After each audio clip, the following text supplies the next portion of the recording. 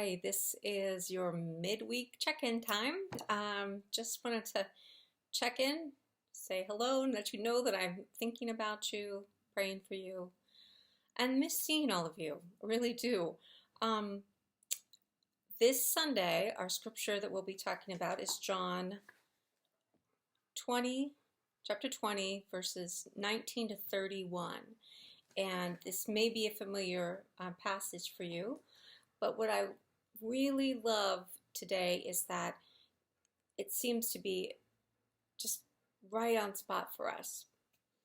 And I'll tell you just a little bit, and then we'll talk more about it on Sunday.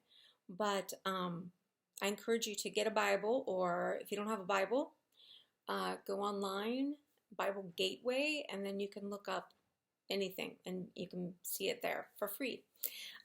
So in this scripture, though, this is the week after, or the days after Jesus has resurrected, come back to life, and the disciples, his followers, were terrified. And so they were terrified of persecution. They were terrified of what might happen to them for being part of his entourage, part of his disciples, part of his people. And so they were all, as much as of them as could get together, were in this room. It says the upper room. And they were in this upstairs room and locked in. Doors and windows locked, afraid of what might be coming. Sound familiar? And so it's in the midst of this fear, of this terrifying, debilitating fear, that Jesus shows up, and his words to them are, "Peace be with you." That's the first thing he says.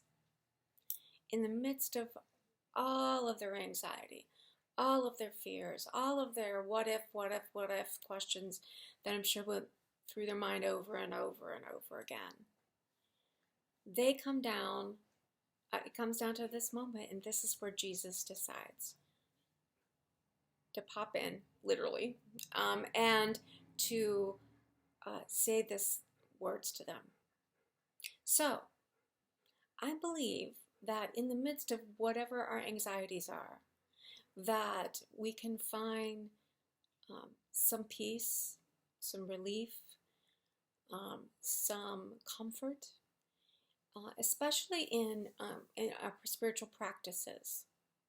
These are the things that you might do on a regular basis. If you are somebody who prays as you walk, if you're somebody who has a mantra, you meditate with it, whatever it would be that would give you some peace, some comfort, and allow you to feel like, the world's not just blowing up and everything that you hold dear may be taken away, which frankly I'm sure is on our minds.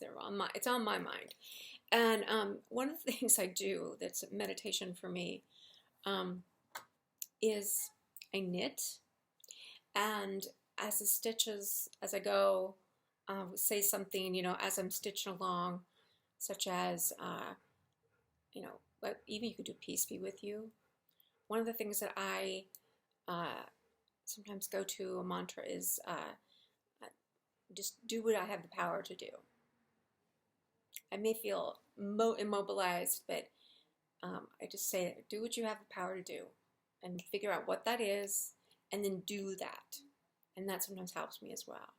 But as I knit, maybe as you walk, maybe you're someone who likes, cleaning, as you're wiping the counters down, as you're scrubbing the silverware or whatever, some physical motion that's repetitive.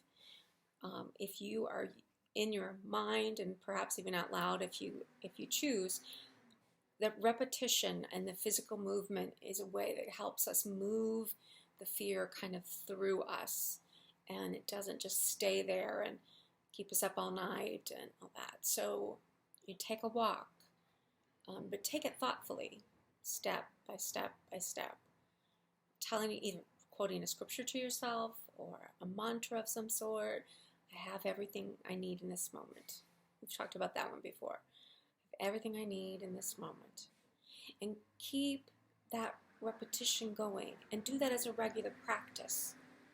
And peace will come to you.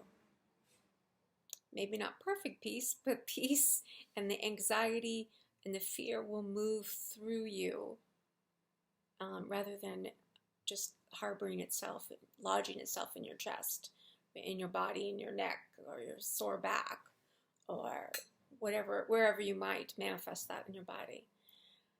So find something that gives you peace, some phrase, a scripture, and pair that with a repetitive motion of some sort. And I think that will help. At least it helps me. Well, I will see some of you on Sunday. Online, of course, not in person. But I am here. If you need me, you know how to get a hold of me. Blessings, blessings.